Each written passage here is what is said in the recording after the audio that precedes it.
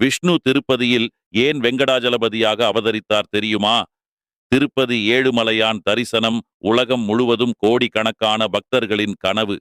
புரட்டாசி மாதம் முழுவதும் லட்சக்கணக்கான பக்தர்கள் அவரை தரிசிக்கிறார்கள்.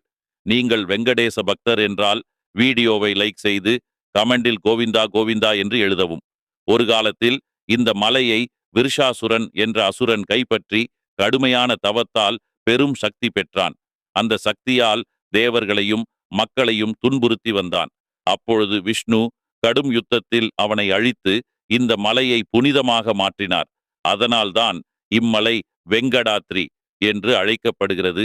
அசுர தோஷம் நீங்கிய மலை. மேலும் கலியுகத்தில் பாவ சக்தி அதிகரித்ததால் பூமாதேவி விரதம் இருந்து விஷ்ணுவை வேண்டினார். அவரது வேண்டுகோளை ஏற்று விஷ்ணு இந்த மலையில் தங்கி இங்கு என்னை வணங்கும் பக்தர்களின் பாவங்களை போக்குவேன் என்று அருளினார். சனி பகவான் அகந்தையுடன் என் பார்வையில் யாரும் துன்பத்திலிருந்து தப்ப முடியாது என்றார். அதனை அடக்க விஷ்ணு திருவேங்கடம் மலையில் வெங்கடேசராக அவதரித்தார். பிறகு சனி வெங்கடேசரை வணங்கும் பக்தர்களுக்கு நான் தீங்கு செய்ய மாட்டேன் என்று ஒப்புக்கொண்டார். அதனால்தான் திருப்பதி அசுரவதம் நடந்த புனித மலை, பூமாதேவியின் விரத பலன், சனி தோஷ நிவர்த்தி ஸ்தலமாகும். ஆன்மீக புரிதலில் ஹலோ சந்திரன்.